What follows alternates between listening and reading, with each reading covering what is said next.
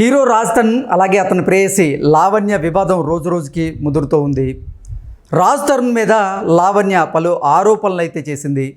రాజ్ తరుణ్ తనతో రిలేషన్లో ఉంటూనే హరియానా గ్లోరీతో పాటుగా మరికొంతమందితో కూడా రిలేషన్లోకి వెళ్ళాడని, హరియానా గ్లోరీతో రాజ్ తరుణ్ తనకి కాల్ చేయించి తన మీద అసభ్యంగా మాట్లాడేలాగా ప్రయత్నం చేయించాడు అంటూ వారిద్దరి వివాదంలోకి హరియానాని లాగినటువంటి నేపథ్యంలో అసలు వీరిద్దరి విషయంలో హరియానాకి సంబంధం ఉందా లేదా అనే దాని మీద మనం విశ్లేషణ చేసుకునేటువంటి ప్రయత్నం చేద్దాం.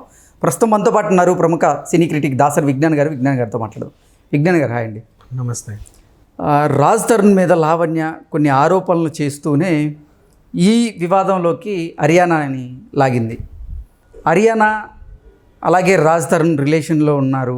నాతో పాటు రాజ్ తరుణ్ రిలేషన్లో ఉంటూనే కొంతమందితో రిలేషన్షిప్ని కంటిన్యూ చేశాడు అంటూ ఆరోపణలు చేస్తూనే హరియానా నాకు కాల్ చేసి నన్ను అసభ్యంగా మాట్లాడింది, నన్ను చులకన చేస్తూ మాట్లాడింది అనేటువంటి అర్థంతో ఆవిడ కొన్ని వ్యాఖ్యలు చేయడం జరిగింది.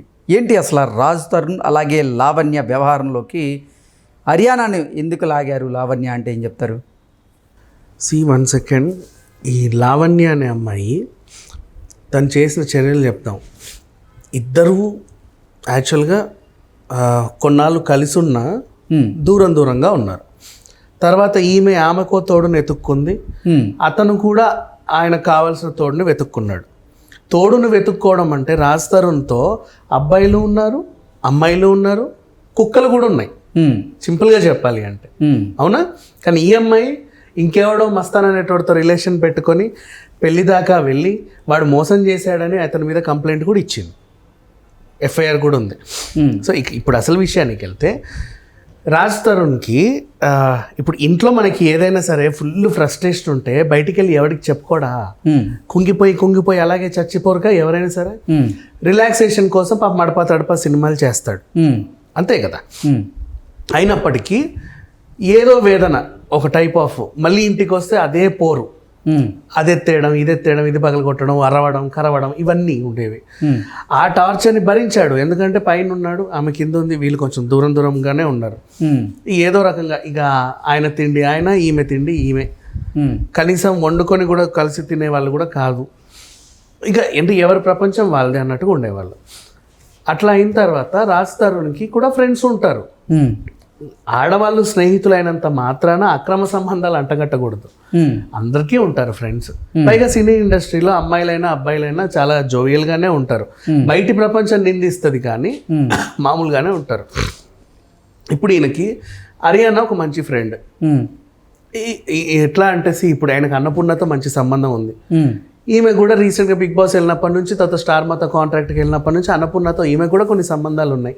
అతని మ్యూచువల్ ఫ్రెండ్స్, ఈమె మ్యూచువల్ ఫ్రెండ్స్ ఒకలానే ఉంటారు, అంతే కదా. ఇంచుమించు వీళ్ళు వెళ్ళే సర్కిల్ అంతా ఒకలానే ఉంటుంది. కాకపోతే హరియానాకు ఉన్న లక్షణం ఏంటంటే ఎవరైనా తన ఫ్రెండ్ సర్కిల్లో కొంచెం బాధపడుతునో లేకపోతే దిగాలుగా ఉంటేనో కొంచెం ఓదార్పుతనం ఎక్కువ. ఈ లక్షణం ఇంతకుముందు మనకి శ్రీముఖిలో ఉంటుంది. జమ్ము ఎవ్వరు బాధపడ్డా ఆమె ఓర్వదు. వాళ్ళ ఫ్రెండ్స్కి ఎవ్వరు ఏమడిగినా సరే తను వెనకాల ఉంటుంది. ఆ టైప్ ఆఫ్ మెంటాలిటీ. అలాగే హరియానాకు కూడా ఈ మెంటాలిటీ వచ్చింది. సరే రీసెంట్ మరి అంత మెంటాలిటీ మొన్న షోలో ఎందుకు జడ్జితో గొడవ పెట్టుకుంది, సదతో గొడవ పెట్టుకుంది అంటే ఎవరి యాటిట్యూడ్స్ వాళ్ళకు ఉంటాయి, అది బయట విషయాలు. కానీ హరియానాకు ఉన్న లక్షణం ఇది ఒకటి ఉంది. ఆమె పర్సనల్ మనకు అనవసరం, కానీ మెంటాలిటీ పరంగా స్నేహితులతో చాలా బాగుంటుంది. రెగ్యులర్ టూర్కి వెళ్ళాలి రావడాలు, ఎప్పుడో బాగోలు తెలుసుకోవడాలు, పార్టీస్కి వెళ్ళినా ఎవరో ఒకరి తోడుతో వెళ్ళడం రావడం, ఈ టైప్ ఆఫ్. ఇట్లా హరియానాకి రాజ్ తరుణ్ ఎందుకు దగ్గర అయ్యాడు అంటే ఈ పిల్లకి ఓదార్పుతనం ఎక్కువ. ఈ ఓదార్చే క్రమంలో ఆ అబ్బాయి కూడా ఏదో ప్రాబ్లంతోనే వచ్చాడు.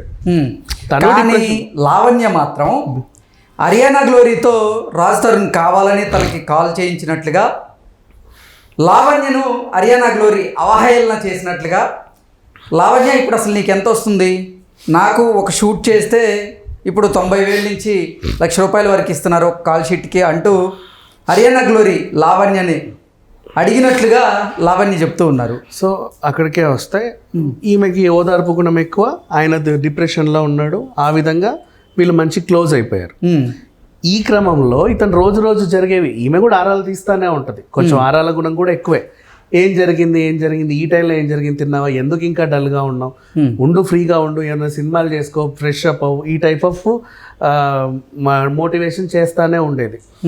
ఇతను కూడా తనకున్న ప్రాబ్లమ్స్ అని చెప్పుకున్నాడు.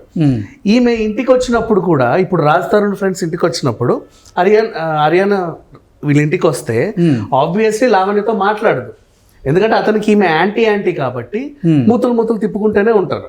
కామన్ అది బేసికలీ. ఉందా వచ్చిందా అమ్మో సర్లే మనం అక్కడ కూర్చుందాం, ఈ టైప్ ఆఫ్గా క్లైమేట్ ఎన్విరాన్మెంట్ క్రియేట్ అవుతుంది. ఒకసారి అంటే ఈమె డైరెక్ట్ పిన్నే వీళ్ళు మాట్లాడతారు కానీ కరెక్ట్ సిచ్యువేషన్ అంతా ఎవరో చెప్పరు.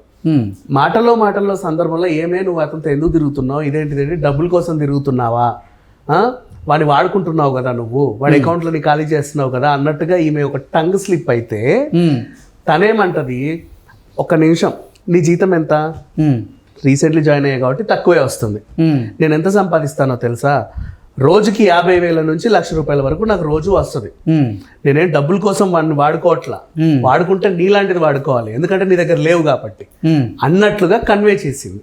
ఈమె అదంతా కట్ చేసేసి డైరెక్ట్ గా హరియానా ఫోన్ చేసి ఏయ్ నీ జీతం ఎంత, అంతా నాదెంతో తెలుసా అన్నట్టుగా తను చెప్పింది. అంటే హరియానా గ్లోరీ నేను రాజ్ తరుణ్ రిలేషన్షిప్లో ఉండాము అని చెప్పే ప్రయత్నం చేసినట్లుగా ఇక్కడ లావణ్య చెప్తున్నారు అని చెప్పింది. ఎందుకంటే ఇప్పుడు తను ఏ విధంగానే సరే అతని మీద బురద చల్లే ప్రయత్నమే చేస్తుంది కదా కాబట్టి చెప్పింది. అలాగే హరియానాతో పాటు మాల్వి మల్హోత్రా మీద కూడా ఆరోపణలు ఉన్నాయి, వాళ్ళ తమ్ముడు నన్ను బెదిరించాడు అని కూడా అనింది. నెక్స్ట్ అలాగే మాల్వి మల్హోత్రా విషయం, వాళ్ళ తమ్ముడు బెదిరింపు గురించి మళ్ళీ చెప్తా. బాబు అమ్మ తల్లి మా అక్క అతను రాజ్ తరుణ్ నాకు ఎప్పటి నుంచో ఫ్రెండ్స్, మీ బ్రదర్ లాగే నేను కూడా రాజ్ తరుణ్కి మంచి ఫ్రెండ్నే, వాళ్ళ మధ్య ఉంది సినిమా రిలేషన్ మాత్రమే, నువ్వు అనవసరంగా అక్రమ సంబంధాలు అంట కడితే బాగుండదు, డోంట్ లూజ్ యువర్ టంగ్ అని అతను అన్నాడు.